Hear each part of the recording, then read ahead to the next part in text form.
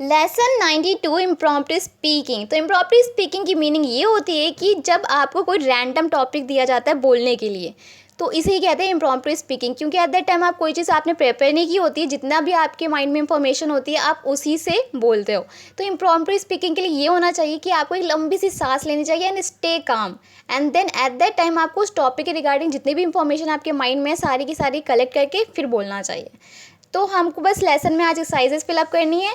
ये एक्सरसाइजेस आपको जो दी गई है ना, वो सारे जितने भी प्रीवियस लेसन में आप पढ़ चुके हो उसी के रिगार्डिंग है। तो सारे के सारे आप अपने माइंड में रिवाइज कर लें एंड देन हम फिल करते हैं।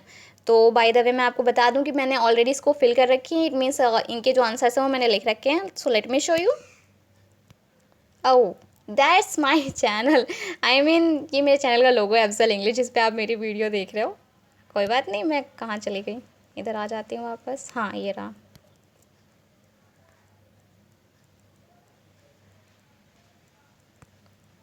ओके तो हम फर्स्ट एक्सरसाइज की बात करें तो द कैट इज़, नहीं ओ सॉरी हो जाती है गलती। She likes to read books. She likes, यहाँ पे लाइक के बाद एस लग जाएगा, क्योंकि जब हम ही शी इट की बात करते हैं ना तो वर्ब में हम एस ऐड कर देते हैं। तो यहाँ पे शी है तो इसलिए इसकी वर्ब में हम एस ऐड कर देंगे। अब दे में हम वर्ब में एस ऐड नहीं करते हैं, इसीलिए they play. She goes to the gym in on Monday. Monday के साथ हम ऑन यूज़ करेंगे, जो हम प्रीवियस लेसन में पढ़ चुके हैं कि हम डे की बात करते हैं तो उसके साथ हम ऑन यूज़ करते हैं। अब my brother is taller than me. अब जब हम किसी से किसी को कंपेयर करते हैं तो हम टॉलर लगाते हैं, ठीक है। अब हम प्रीपोजिशन की बात कर लेते हैं। तो the cat is on the table. Cat table पर है, पर, तो पर के लिए on. We are going on vacation next month. अब वेकेशन क्या होता है, वेकेशन एक लंबा सा टाइम होता है, थोड़ा लंबा टाइम होता है, तो इसीलिए हम यहाँ पे ऑन लगाते हैं। He is good at basketball. हम ये नहीं कहेंगे he is good in basketball, वो बास्केटबॉल में अच्छा है। जब हम किसी स्किल्स की या किसी टैलेंट की बात करते हैं तो टैलेंट के साथ हम एट लगाते हैं, तो यहाँ पे हम इन नहीं लगाएंगे, यहाँ पे हम एट लगाएंगे। We usually have dinner at 7 o'clock। और जब हम नाइट की या फिर रात की या फिर किसी एग्जैक्ट टाइम की बात करते हैं तो वहाँ पे भी हम एट यूज़ करते हैं। Now the last second one, she is waiting the bus stop. She is waiting eight, जब हम किसी एग्जैक्ट लोकेशन की भी बात कर रहे होते हैं वहाँ पे भी हम एट यूज़ करते हैं। Now the last one, the keys are on the table.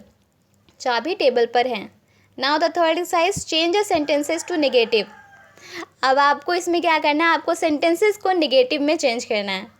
So doesn't like, I like, तो यहाँ पे हम कहेंगे आई डजेंट लाइक।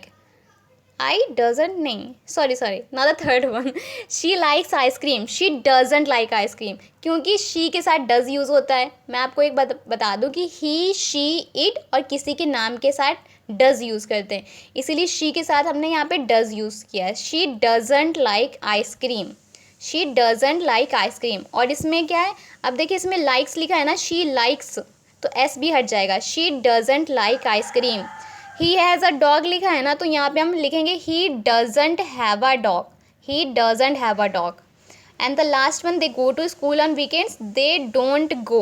अभी देखिए आपको ये अच्छे से याद रखना है कि शी लाइक्स आइसक्रीम लिखा है तो लाइक में एस हटा देना है, और ही हैज़ अ डॉग लिखा है ना तो हैज़ की जगह पे हैव भी करना है। तो एक बार मैं फिर से बता देती हूँ। ए वाला है she doesn't like ice cream, and second one है he doesn't have a dog, and the third one they don't go to school on weekends. Now the fourth one, अब इसमें आपको क्या करना है, इसमें आपको इसको करेक्ट करना है। Choose the correct words to complete the sentence.